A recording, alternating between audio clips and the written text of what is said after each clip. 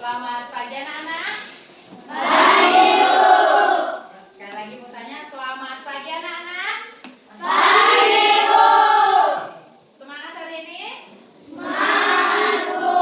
Sudah sarapan dari rumah? Sudah, Bu. Oke, berarti sudah ada tenaganya ya untuk pembelajaran kita hari ini. Ya? Oke, seperti biasa sebelum kita memulai pembelajaran, ada baiknya kita buka dengan doa.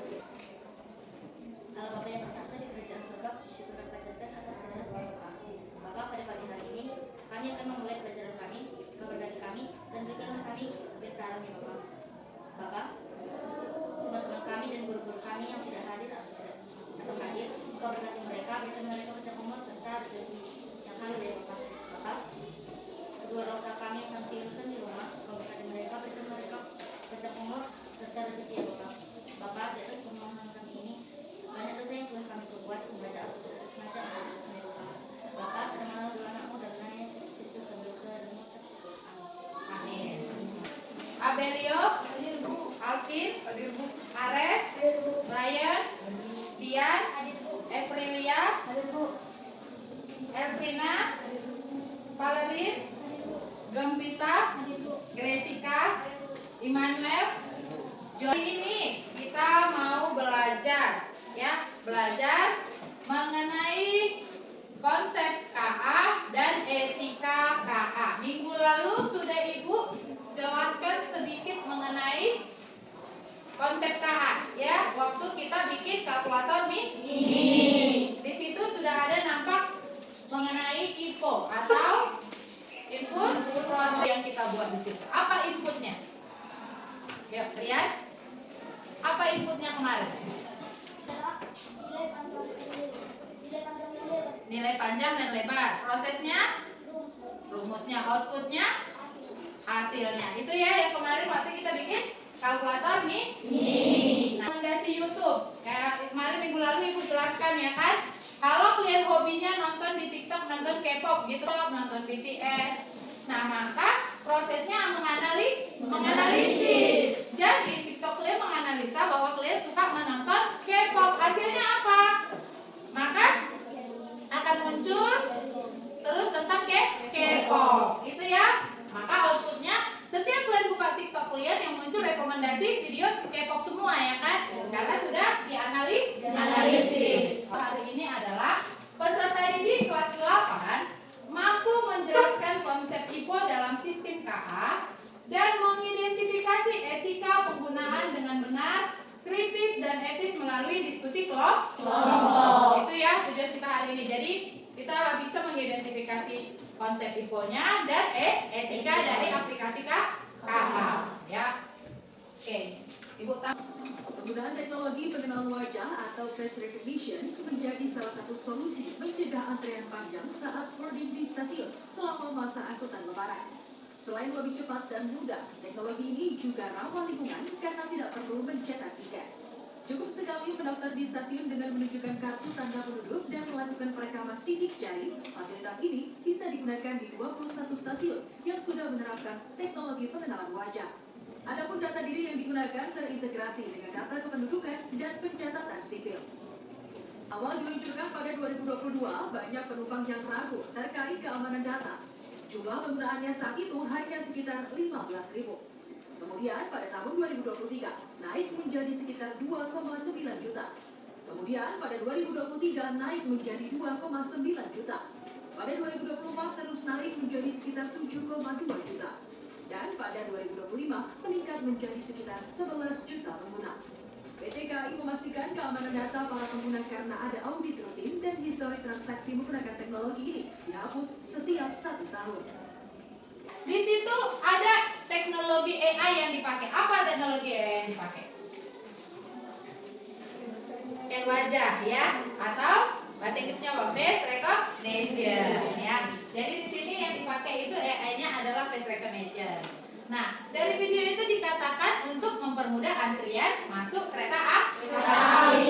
Ya, dilihat di situ katanya dilaunching pada tahun 2022 dan tahun-tahun berikutnya makin banyak pengguna.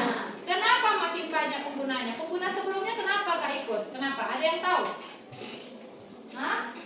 Oke, Jordi, kenapa deh? Karena takut datanya dibocorkan. Oke, karena takut datanya bocor. Karena di situ data yang diminta apa? Sidik jari dan KTP. Itu ada. Oke, sekarang ibu tanya, misalkan apa yang bisa terjadi kalau data wajah kita itu bocor ke umum? Siapa yang bisa tunjuk tangan? Beresiko jadi korban penipuan dan krisis, yaitu melalui telepon, SMS, WhatsApp, chat, dan email. Oke, bisa jadi data untuk penipuan. Yang kedua, jika data wajah kita bocor akan terjadi penyalahgunaan identitas, penipuan atau kejahatan, dan risiko kebocoran privasi, misalnya alamat, nik atau nomor HP. Oke, nik atau nomor HP ya. Jadi ada penyalahgunaan data. Ya, misalkan contoh paling sederhananya nih ya dalam kehidupan sehari-hari mengenai data. Data pribadimu, misalkan si sahabat, nama orang tua itu data pribadi nggak?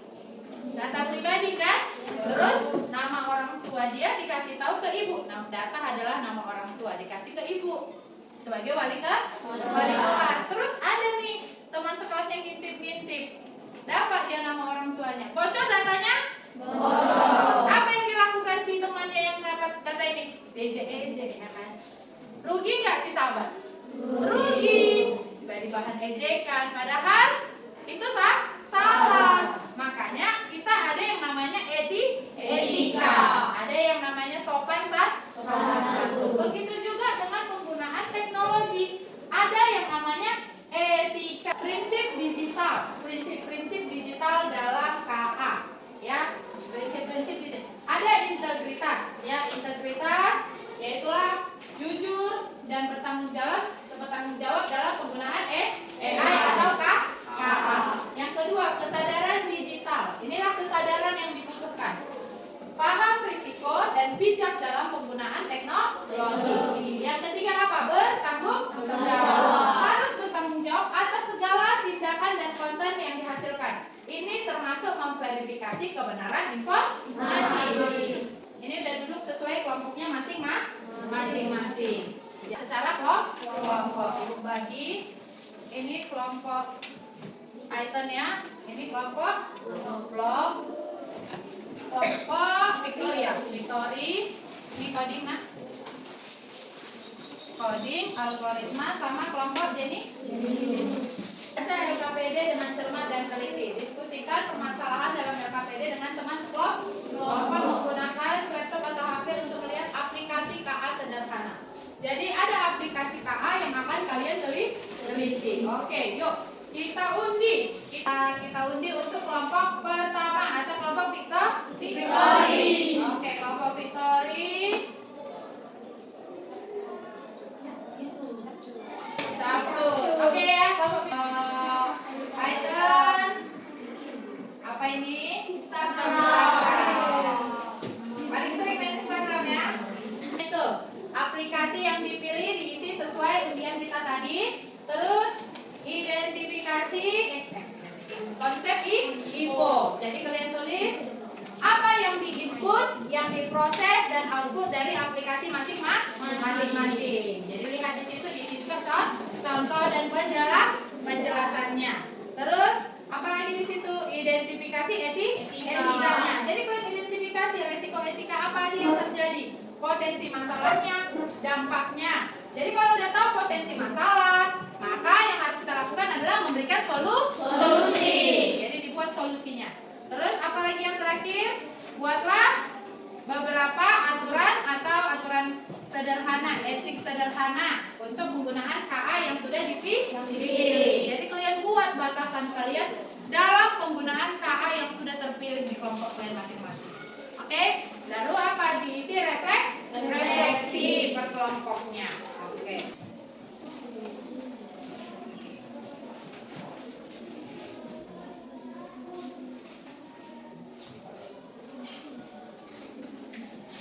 Ibu juga akan menilai kerjasama kelompoknya ya.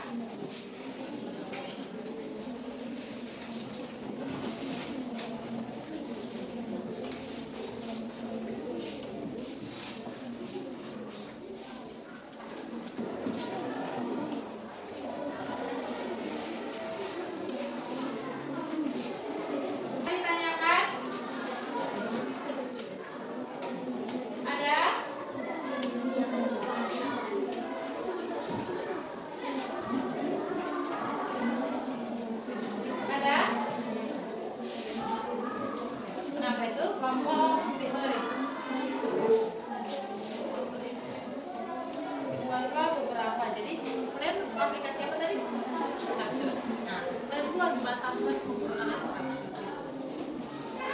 Jadi kalau pada etiknya, jadi kita tahu pada capcus itu kan banyak hak cipta, kan?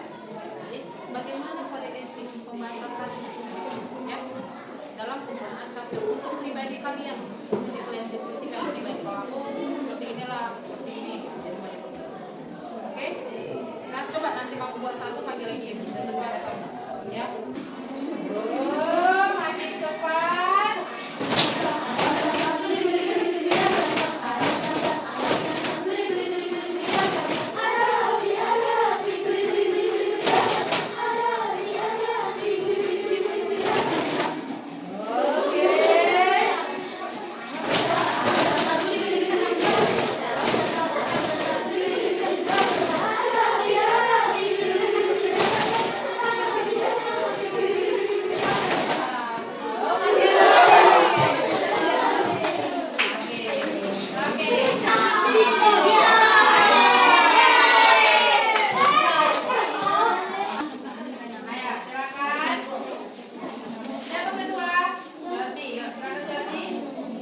Selamat pagi teman-teman. Perkenalkan kami dari kelompok organisasi.